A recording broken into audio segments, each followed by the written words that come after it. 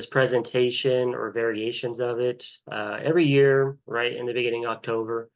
I've been doing it probably 4 or 5 years now, maybe 6. This is a great time of year, starting in October, where we have a lot of events coming up, a lot of holidays, a lot of big holidays coming up. And it's really a great time to kind of re-engage with your social media audience, re-engage with your sphere of influence. If you have, maybe gotten a little lazy about that, it happens to everybody. It happens to me as well.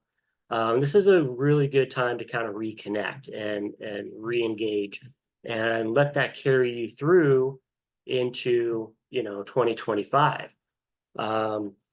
So this is really my favorite time of year when it comes to, hey, I want to start doing this, or I want to start doing that. We have 3 really great months coming up ahead that are great excuses to really kind of reach out, get involved, things like that. So we're going to be going over that today. We're going to start with some basics on kind of tailoring your social media and events and other things like that.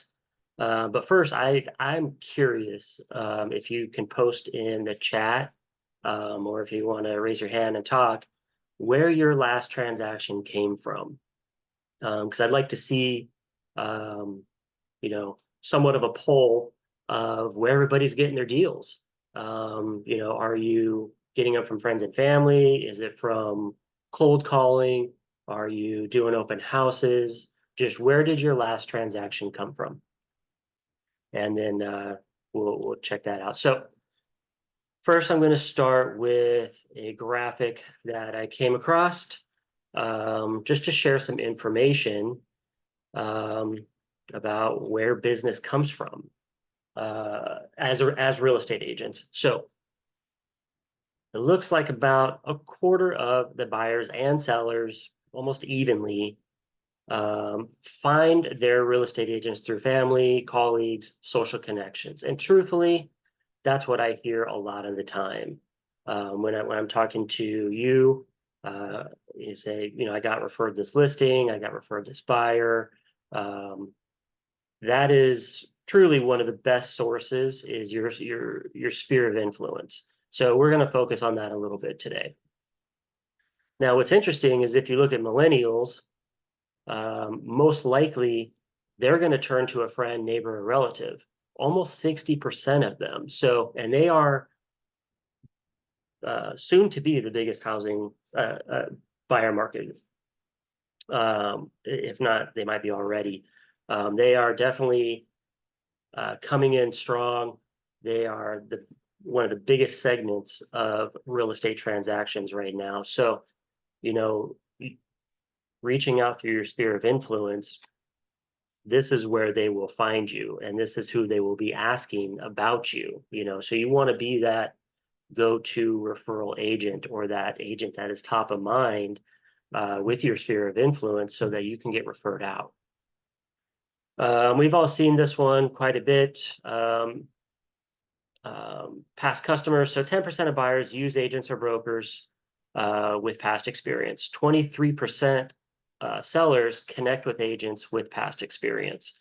9 out of 10 buyers would use their agent again and recommend their agent to others.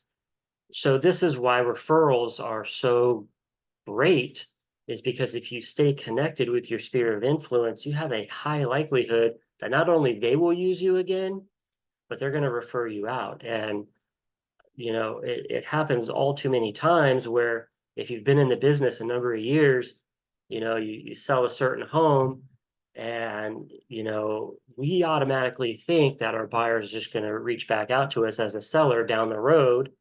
But if you're not remaining in contact with them, or at least in front of them fairly regularly, don't be surprised when they list with another agent, right? Because there's lots of agents out there doing lots of marketing, mailers and, ads and all kinds of stuff. So, or, they might just say casually at dinner, oh yeah, I'm thinking about selling my house soon. And then all of a sudden, one of their friends says, I have this great agent because I just bought a house and they were awesome.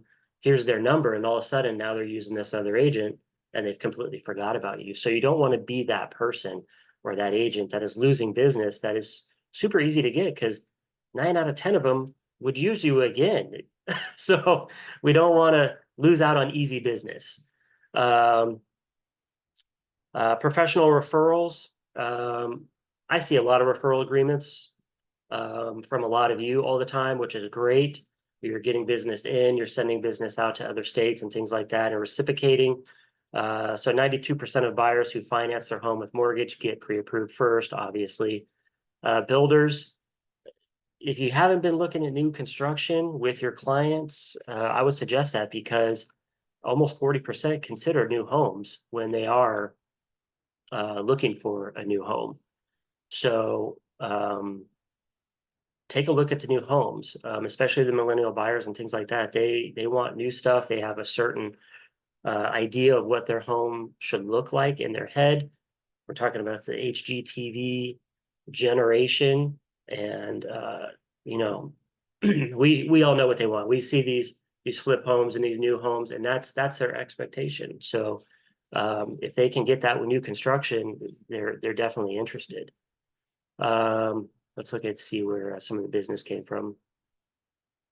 Yep. So we have a sphere of influence, referrals, previous client, past client, and conversation from cold call, neighbor, investors and previous clients. A lot of new construction is offering co-ops these days. It's true, Angela, they haven't stopped. So just from the comments alone, you can see that pretty much everybody got their last transaction from either a previous client or their sphere of influence somehow. Um, I don't even know. Let's see. We had one say from a cold call. So not that cold calls don't work, but sphere of influence is really where the business is. Um, I'd say almost the vast majority of you that responded said that you got it from some sort of sphere of influence. So, and that's kind of what I was expecting actually. So, agent referrals, these are great connecting with, especially out of area and out of state agents, because let's face it, if someone is going to move out of California, there's a high likelihood they're already talking to somebody in another state, another agent in another state. Um, and hopefully you're connecting with some of these other agents so that they can refer you, hopefully, the listing back here. Because if they're talking to them as a buyer and starting to scout around and things like that, um, you want to be on that list. Vice versa, if you're talking to somebody who is thinking about moving out of state, you're, providing a reliable source out of state or out of the area for them to go to can help lock in a referral agreement for yourself. Plus, your client's going to get taken care of, and hopefully that agent will help with making sure that you do get the listing on this end as well.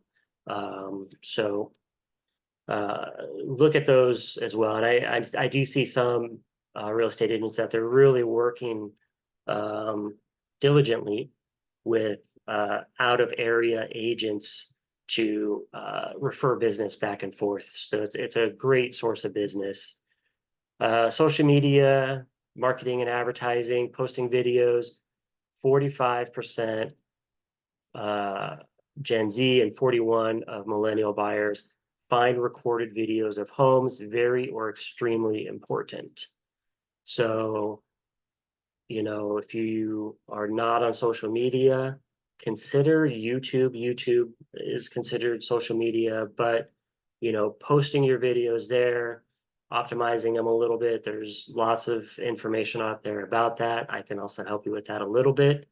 That is a great source to post your content because people love videos.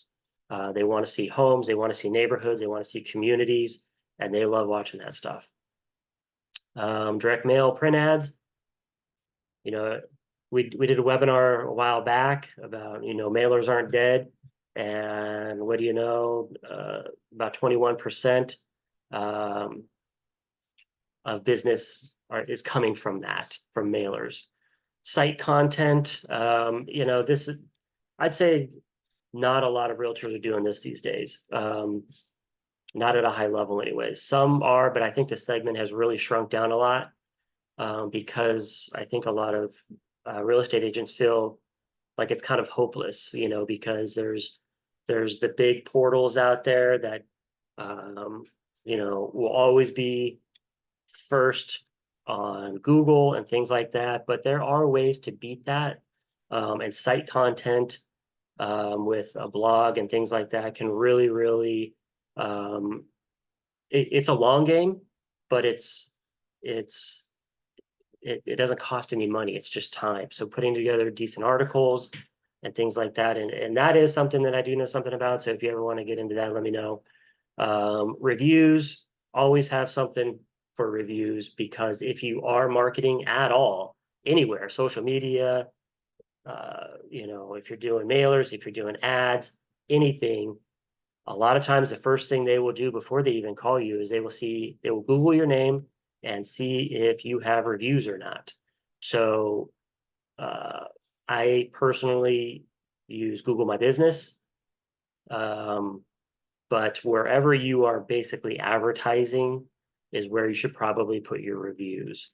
I don't really recommend Yelp, but I actually don't see a whole lot of agents on there. There's some that are on there and they have a lot and they spend money with Yelp, but if you're getting a call from them to advertise on Yelp, if you don't have a ton of reviews, it really doesn't go very far. But some of the other places do, especially if you're spending money there for lead generation or anything like that. So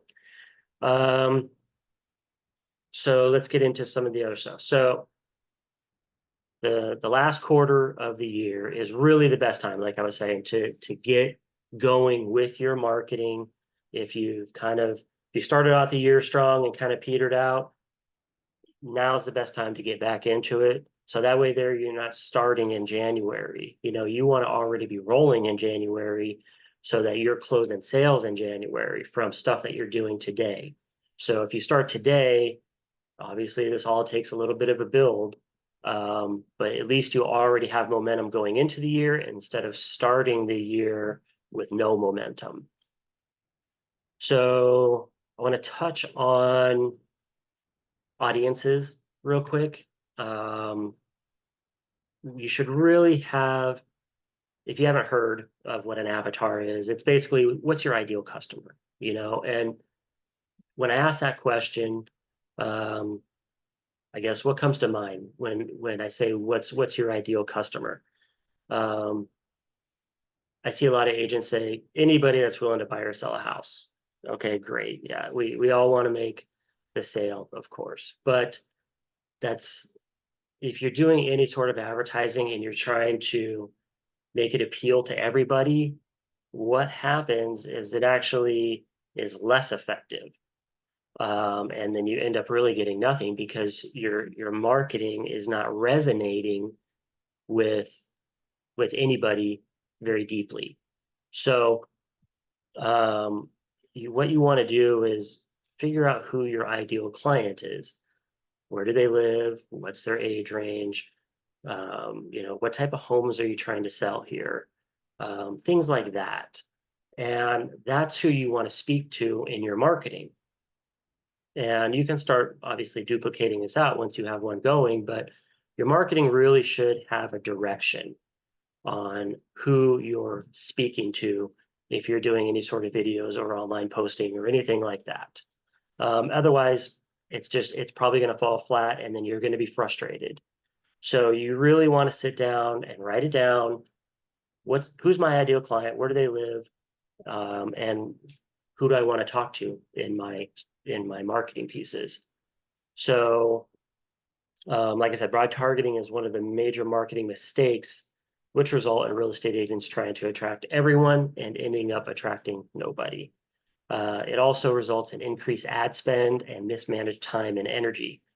You can effectively and masterfully sell anything especially housing and loans, if you understand three major things.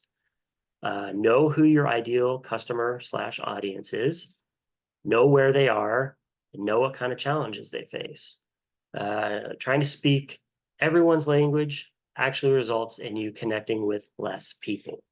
The better you know your prospective clients, the better your results will be in a shorter amount of time. So, keep that in mind as you're starting to ramp up for next year.